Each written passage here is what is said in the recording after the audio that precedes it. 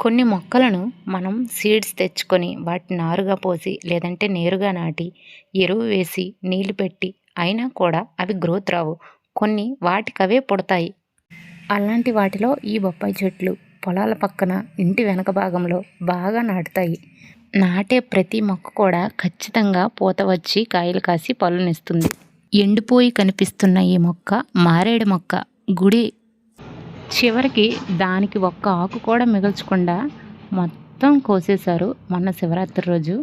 ఫైనల్గా అది ఏ మొక్క కూడా గుర్తుపట్టలేనంత దీనిలో ఉంది. పల్లెటూరులో అందులోని పొలాల వాతావరణంలో చాలా బాగుంటుంది కదా. కానీ రోజు వెళ్ళి పని చేస్తే అంతలా అనిపించదులండి. ఎప్పుడో ఒకసారి వెళ్తే మాత్రం అబ్బా చాలా బాగుంది అనిపిస్తుంది. పని చేస్తే అప్పుడు తెలిసిపోతుంది. ఏది ఏమైనా ఈ ఎండలో కష్టపడి పనిచేసి పొలం పని చేసే వాళ్ళు మాత్రం నిజంగా మెచ్చుకోవాలి. ఎందుకంటే చిన్న ఎండకే తట్టుకోలేము. అలాంటిది రోజంతా ఎండలో ఉండి ఎలా పని చేస్తారు.